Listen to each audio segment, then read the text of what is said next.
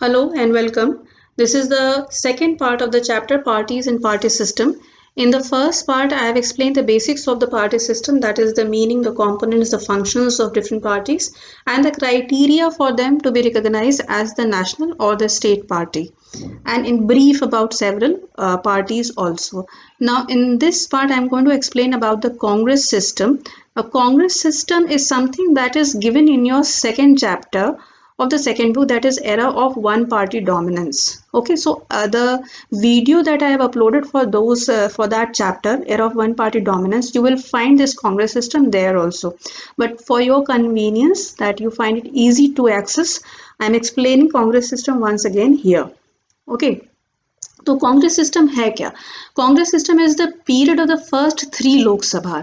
ठीक है, तो पहली 3 लोकसभा का पीरियड क्या था? पहला इलेक्शन आपका होता है 1952 में. ओके, सेकेंड इलेक्शन होता है 1957 में एंड थर्ड इलेक्शन होता है 1962 में. ओके, तो जो थर्ड इलेक्शन में जो लोकसभा इलेक्ट हुई उसका पीरियड हो जाएगा, उसका कार्यकाल हो जाएगा from 1962 to 1967. So that is why the period between 52 to 67 is known as the Congress system. Why? Because during this period, Congress was ruling at the center and in most of the states. और ये खाली ऐसा नहीं था कि खाली ruling at the centre and the most of the states है, ये रूल भी कर रहे थे बड़ी धूमधाम से, बड़ी धाक से, क्योंकि मेजॉरिटी जो होती थी वो बहुत ज़्यादा होती थी एंड द ऑपोजिशन पार्टीज वो use to be very small. तो जो ऑपोजिशन पार्टीज थी उनको वो उतनी ज़्यादा सीट जीत ही नहीं पाती थी. तो जो मेजॉरिटी कांग्रेस लेके जाती थी वो करीब 3/4 मेजॉरिटी इस तरह से, और ये मेजॉरिटी बहुत ज़्यादा होती है. So the opposition was very small in size and in dominance also, effect also था ही नहीं, ऑपोजिशन के नाम पे कुछ था ही नहीं. इसीलिए इस पीरियड को जो कहा जाता है वो कांग्रेस सिस्टम कहा जाता है. सब कुछ कांग्रेस के अंदर था, कांग्रेस के बाहर कुछ भी नहीं था. और अगर उस पीरियड की पॉलिटिक्स को आप देखिए क्लोजली तो सचमुच ये समझ में आएगा कि what ever opposition Congress faced, what ever criticism Congress face at that time usually came from within the party. Congress के जो और लोग थे वही कांग्रेस को क्रिटिसाइज करते थे, वही जवाहरलाल नेहरू के अगेंस्ट खड़े होके और उनकी पॉलिसीज को क्रिटिसाइज करने लग जाते थे. और ये जो क्रिटिसिज्म था इसको बड़े हेल्दी मैनर में लिया भी जाता था. उस समय की पॉलिटिक्स जो थी वो आज की पॉलिटिक्स से बहुत डिफरेंट थी. उस समय जो ऑपोजिशन था उसके लिए भी उतना ही रेस्पेक्ट था जितने कि अपनी पार्टी के मेंबर्स के लिए था. बड़ी इथिकल पॉलिटिक्स थी. अब बहुत इथिकल ऐसा नहीं होगा कि कुछ गलत होता ही नहीं था, होता था, लेकिन फिर भी पॉलिटिक्स में ethics, morality and respect for each other, भाषा का जो रेस्पेक्ट था, respect in the language, that how you address your opponents, and जो सबसे बड़ी बात थी वो ये थी कि they were ready to listen to each other, they were ready to listen to the opposition through the criticism of their policies. Okay, तो जैसे कि राम मनोहर लोहिया अगर जवाहरलाल नेहरू के अगेंस्ट इलेक्शन में खड़े हो रहे हैं और उनको क्रिटिसाइज कर रहे हैं, तो इसका मतलब ये नहीं है कि वो एक दूसरे से नॉर्मली बात नहीं करेंगे या एक दूसरे को गाली गलौज करेंगे. इसका वो साथ में बैठ के चाय भी पीते थे और अच्छे से बात करते थे एक दूसरे से. तो ये है, क्रिटिसिज्म आपको लेना भी आना चाहिए और इससे पॉलिटिक्स ग्रो इस तरह से होनी चाहिए. तो उस समय की जो पॉलिटिक्स थी वो आज की पॉलिटिक्स जैसी नहीं थी. तो समझने में थोड़ी दिक्कत ज़रूर होगी कि कैसा ऐसे हो सकता है, पर होता ऐसा ही था. ओके, तो ये जो यहाँ पे this picture I have put up here, it is pair of oxen which was the symbol of Congress during these 3 elections. तो पहले जो कांग्रेस सिंबल था वो ये था. In the first elections of India Congress won 364 out of 489 seats. कोई बड़ी बात नहीं थी क्योंकि अपोजिशन पार्टीज के और कोई दूसरी पार्टी थी ही नहीं, उनका जो रीच था लोगों तक वो नहीं था, और कांग्रेस का ही बोलबाला था, इसलिए कांग्रेस को इतनी सीट्स मिली. सेकेंड पार्टी आप इससे समझ सकते हैं कि क्या डिफरेंस था. The second party, largest party was CPI with 16 seats only. तो जो दूसरी, जो आप कहें जो सबसे बड़ी ऑपोजिशन पार्टी उस समय थी, उसने केवल 16 सीट्स जीती थी लोकसभा में. Okay, and this result was repeated, almost repeated in the next two elections also. The same went with the state elections. State elections में भी इन तीनों लोकसभा के साथ स्टेट असेंबली इलेक्शंस भी हुए थे. तो स्टेट असेंबली इलेक्शंस में भी पहले जो इलेक्शन हुआ था उसमें accept Travancore Cochin, which is today's Kerala, Madras and Odisha, Congress won in all the states, but in these states also Congress formed the ministry. So center में as well as the states, Congress was ruling throughout this period. That is why this period is known as the Congress system. This is the map that is there in your second chapter also, era of one party dominance. और इसमें देखिए 1952 to 67 Congress dominance अच्छे से दिखाया है कि कितनी seats किस किस पार्टी को मिली. तो ये है फर्स्ट इलेक्शन का, ये सेकंड इलेक्शन का और ये थर्ड इलेक्शंस का. इसमें कांग्रेस की सीट ये हैं, ऑलमोस्ट उतनी सीट्स तीनों इलेक्शन में कांग्रेस रिपीटेड इस परफॉर्मेंस. सेकंड नंबर पे आपको आईएनडी दिखेगा. IND is independent. इंडिपेंडेंट मतलब वो कैंडिडेट्स जो पार्टी की तरफ से नहीं भरते हैं, इंडिपेंडेंट लड़ते हैं. और थर्ड नंबर पे आपको सीपीआई दिखेगी. ओके, तो ये था इस तरह से टैली ऑफ वोट्स. इसमें दो स्टेट्स आपको, ये जो है ये स्टेट में भी दिखा रहा है कौन सी पार्टी जीती.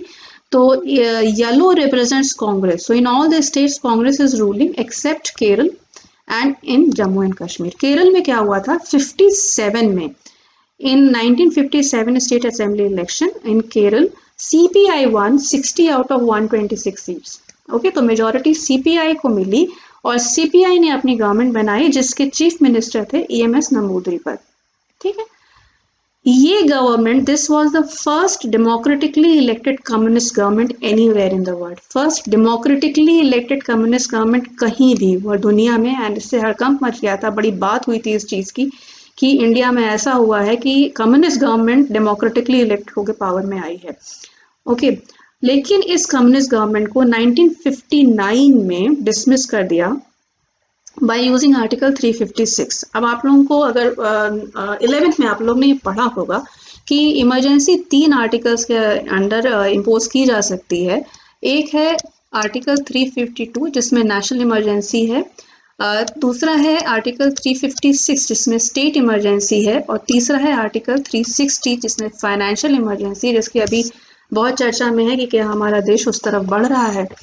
तो 356 में जो इमरजेंसी है वो है in case of failure of constitutional machinery in the states. तो अगर स्टेट्स में गवर्नर ऐसे रिपोर्ट दे दें या प्रेसिडेंट को खुद ही ऐसा विश्वास हो जाए that in that state it is impossible to run the administration in accordance to the constitution, then the president can dismiss that state government. और उस ऐसी by using article 356 जिसको प्रेसिडेंट रूल कहा जाता है, और इस केस में जो स्टेट का पूरा शासन, पूरा एडमिनिस्ट्रेशन है वो सीधे सीधे केंद्र सरकार, सेंट्रल गवर्नमेंट के अंडर में आ जाता है. So this is said to be the misuse of article 356. First misuse. ऐसा नहीं था कि 356 इसके पहले यूज नहीं किया गया था, लेकिन इसको पहला मिसयूज कहा गया. इसलिए कहा गया कि शायद ये जानबूझ के कांग्रेस ने इस गवर्नमेंट को गिराया था, सीपीआई गवर्नमेंट को. इसमें सीपीआई गवर्नमेंट ने एक स्टेट एजुकेशन बिल केरला में निकाला था और इसके अगेंस्ट बहुत मूवमेंट शुरू हो गया, और इस मूवमेंट को कहा जाता है कि कांग्रेस ने हवा दी, और उस मूवमेंट का बहाना लेकर कि वहाँ पे लॉ एंड ऑर्डर सिचुएशन जो है वो हाथ से निकल रही है, हालत खराब हो रही है स्टेट की, इस तरह से कह के ये वहाँ की स्टेट गवर्नमेंट को डिसमिस किया गया था. ठीक है, तो ये केस है केरल का. मैंने इलेबोरेट इसलिए किया क्योंकि इससे बहुत से क्वेश्चंस आते हैं, 1 मार्कर्स एंड 2 मार्कर्स ऑल्सो. तो dominance of the Congress was different from dominance elsewhere in the world.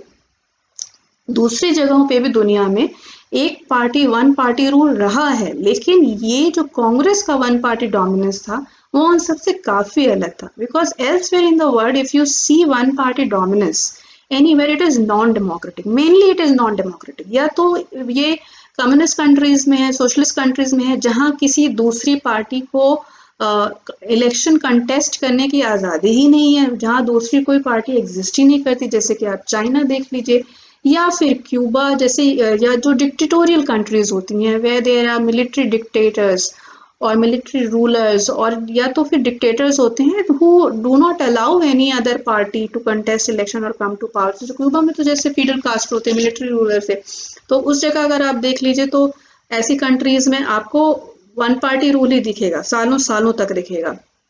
या सीरिया में जैसे बाथ पार्टी थी, तो वो उनका भी यही हाल था कि किसी और को इलेक्शन ही नहीं जीतने देते थे, खड़े ही नहीं होने देते थे। तो ये जो कंट्रीज हैं, यहाँ का जो वन पार्टी डोमिनेंस है, it is different from one party dominance in India, because Congress dominance in India was very democratic in nature. People wanted Congress to power. People wanted Congress leaders to come to power. That is the difference. Okay, so other examples are also given: Myanmar, Belarus, Egypt, Eritrea. तो इन सब जगह भी legal and military reasons were there why one party rule continued, and the most closest example if we see is Mexico's PRI. PRI is the Institutional Revolutionary Party. इसके बारे में आपने class 9th की civics में पढ़ा है। तो Mexico में जो PRI थी, इसने भी करीब 6 decades तक रूल किया। ओके, और इलेक्शंस होते थे, elections were regularly conducted, but these elections were not free and fair. They were very much rigged. तो पूरी गवर्नमेंट मशीनरी को यूज किया जाता था कि PRI इलेक्शन जीते। जितने भी गवर्नमेंट टीचर्स थे, गवर्नमेंट एम्प्लॉयज थे, उनको प्रेशराइज किया जाता था कि आप अपना इन्फ्लुएंस भी इस्तेमाल करिए to ask people to vote for PRI। अगर ऐसा लगता था कि कोई दूसरी पार्टी इलेक्शन जीत सकती है, तो उस एरिया का पोलिंग बूथ ही कैंसिल कर दिया जाता था। तो इस तरह की जो माल प्रैक्टिसेस हैं वो अडॉप्ट की गई, and because of that PRI ruled in Mexico for almost 6 decades. But the Congress dominance is totally different from all these dominance, because the Congress dominance in India is totally under democratic conditions. Elections भी free and fair हुए, बाकी किसी party को रोका नहीं गया election लड़ने से, सब पार्टीज ने अपनी तरफ से पूरा जोर लगाया, इलेक्शन हुआ और लोगों ने कांग्रेस के लिए वोट किया। So it was a democratic dominance. Okay, now causes of Congress dominance I have discussed in that chapter very much in detail. तो अगर आपको फिर भी अभी समझने में कुछ कमी लगती है तो आप वो वाला चैप्टर का वीडियो एक बार खोल के देख लीजिएगा जरूर से। ओके, तो पहला तो रीजन है कि कांग्रेस ने क्यों इतने दिन तक डोमिनेट किया, the inheritance of the national movement. National movement was led under Congress, led by Congress. Okay, तो नेशनल मूवमेंट के टाइम में कांग्रेस ही एक पार्टी थी, उसी के मेन प्रोग्राम्स चल रहे थे, उन्होंने ही मूवमेंट को लीड किया और पूरा देश एक तरह से गांधी जी के पीछे चल पड़ा। तो जितने भी नेशनल मूवमेंट के लीडर्स थे, चाहे वो गांधी हो, चाहे वो नेहरू हो, चाहे वो आपके सरदार पटेल हो, या मौलाना अबुल कलाम आज़ाद हो, कोई भी आप उनको देखिए तो वो कांग्रेस को बिलोंग करते थे। तो कांग्रेस की ने and all those leaders, when they talk to people at that time, they express their desires, people express their desire that what kind of a free India they want to see. Fine, so this was like people had put their faith in the Congress leader that you lead the country when the country becomes free, and that was the result. That was because of it that Congress won so many seats, so many votes. Okay, then proper organization and popularity. Congress का जो organisation था, ये कहते हैं कि जब कांग्रेस ने अपनी कैनवसिंग शुरू कर दी तब बाकी पार्टीज बनाने की सोच रहे थे ऑर्गेनाइजेशन। ठीक है, तो आज़ादी के टाइम से ही कांग्रेस की जो थी प्रांतीय समिति थी, स्टेट समिटीज थी, कमिटीज थी, और प्रॉपरली कांग्रेस में प्रेसिडेंट इलेक्ट होते थे, पूरी कार्यकारी समिति बनती थी। तो इनका जो रीच था, because of this proper organisation, state level पे था, लोकल लेवल पे था, और ये लोगों के बीच में जाके इतना काम भी करते थे, उसकी वजह से लोग कांग्रेस पॉलिटिकल पार्टी के नाम पे कांग्रेस को ही पहचानते थे अच्छी तरीके से। ओके, तो इनका जो ग्रास रूट लेवल पे होल्ड था लोगों के ऊपर, वो बहुत मजबूत था। Third thing is management of conflicts and factions. Now अब कांग्रेस में मैंने आपको अभी इससे थोड़ी देर पहले ये बताया कि why Congress was able to maintain its dominance was because of this factor. ऐसा नहीं था कि कांग्रेस के अंदर से विवाद नहीं उठे या कांग्रेस में अंदर से विरोध की आवाजें नहीं उठी। There were many people who criticised the policies of the Congress from within the Congress, But these conflicts and these factions were managed. Tolerance level उस वक्त बहुत ज़्यादा था कि अगर जैसे सोशलिस्ट पार्टी के बारे में अगर आप जानते हो तो socialist party was formed with in Congress, तो कांग्रेस के अंदर ही एक सोशलिस्ट पार्टी जन्मी और आगे चल के इन सोशलिस्ट पार्टीज के लीडर ने कांग्रेस लीडर्स को क्रिटिसाइज भी किया, उनकी पॉलिसीज को क्रिटिसाइज भी किया। आगे की जितनी भी पार्टीज हैं वो बहुत ज्यादा, उनमें से many parties emerged from Congress itself. तो बहुत सारे आइडियोलॉजिकल डिफरेंसेस भी थे अंदर कांग्रेस में और क्रिटिसिज्म भी होता था, कॉन्फ्लिक्ट भी होता था, मगर उन कॉन्फ्लिक्ट्स को मैनेज किया जाता था, एक दूसरे की बात सुनी जाती थी, कॉम्प्रोमाइज करने की कोशिश की जाती थी, एक कॉम्प्रोमाइज फॉर्मूला, एक कंसेंसस, एक मत बनाने की कोशिश होती थी। तो इस तरह से पार्टी को लेकर आगे बढ़ा गया। दूसरा, उसके बाद फिर social coalition of classes, caste and religious groups, all the classes, whether it is middle class, high class, lower class, all caste, all religious groups were represented in Congress.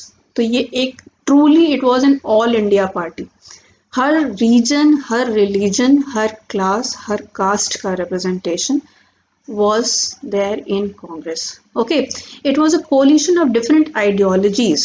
अब अगर सारी आइडियोलॉजी, जैसे मैंने कहा कि जितनी भी मेन पॉलिटिकल पार्टीज आप इंडिया की देखेंगे कुछ को छोड़कर all of them have emerged from Congress only. So it was a coalition of different ideologies. अगर आप कोई दूसरी पार्टी फॉर्म भी करने जा रहे हैं तो उसका आइडियोलॉजिकल बेस क्या है, वो तो कांग्रेस में है ही ऑलरेडी, तो आप किस उस पर आप कहेंगे कि नहीं हम दूसरी विचारधारा को लेकर आगे आए हैं क्योंकि कांग्रेस में विचारधारा है, कांग्रेस में तो सारी विचारधाराएं थी, तो फिर आप किस चीज को लेकर आगे बढ़ेंगे? That was the reason. Then the most important is this first past and the post, which we oversee, हम लोग इसको नेग्लेक्ट कर जाते हैं। एक्चुअली जो कांग्रेस का डोमिनेंस इतना दिख रहा है वो उतना एक्चुअली था नहीं जितना दिख रहा है। कैसे? इसको समझने के लिए 11th में आपने पढ़ा है election system, that in Lok Sabha elections in India, Lok Sabha elections और विधानसभा के जो इलेक्शंस होते हैं उसमें हम FPTP सिस्टम फॉलो करते हैं, first pass the post system. इस सिस्टम में जो party maximum number of votes पाती है वो जीत जाती है। ठीक है, ध्यान रखिए मैक्सिमम है, मेजॉरिटी नहीं है, दोनों में डिफरेंस होता है। मेजॉरिटी का मतलब हुआ कि 50% से ज्यादा, ठीक है। मैक्सिमम का मतलब हुआ कि सबसे ज्यादा जिसको मिल गया।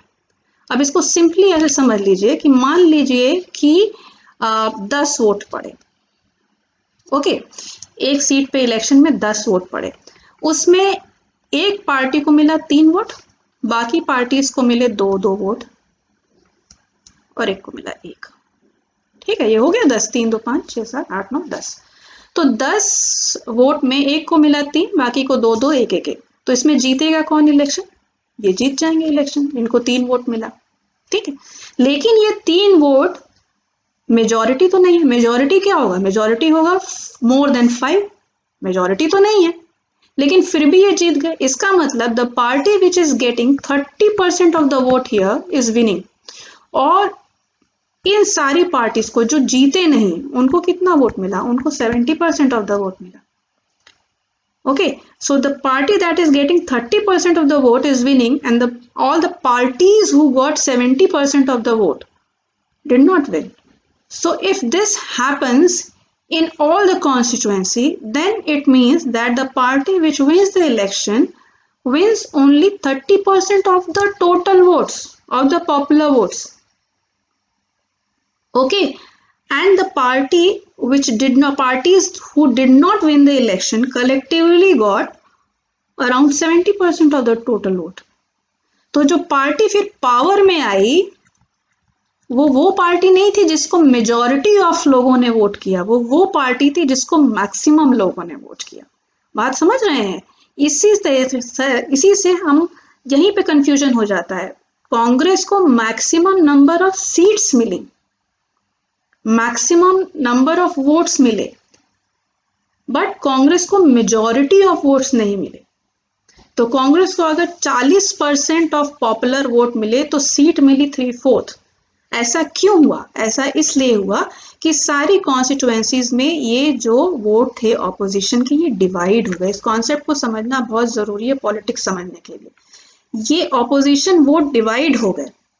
अगर आप समझिए कि यही ऑपोजिशन वोट कंबाइन हो जाते, अगर ये तीन को ऑपोजिशन पार्टी कंबाइन हो जाती और मिल के चुनाव लड़ती, तो वो कांग्रेस को भी हराती ना।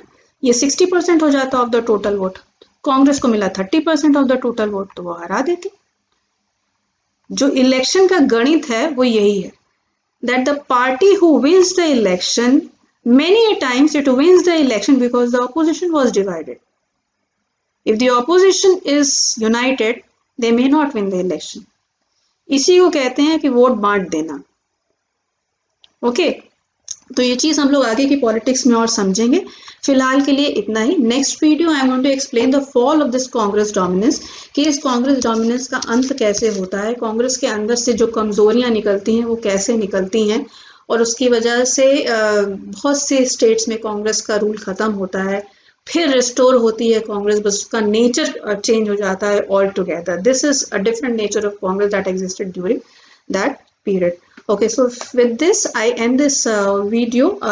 See you in the next video when I'm going to explain about the fall of the Congress system and few very important things which you need to understand the later part of your chapter, not only this chapter but the next chapter, the emergency one also. Okay, so don't miss the next part also. Fine. So thank you for watching this. Keep going. Bye bye.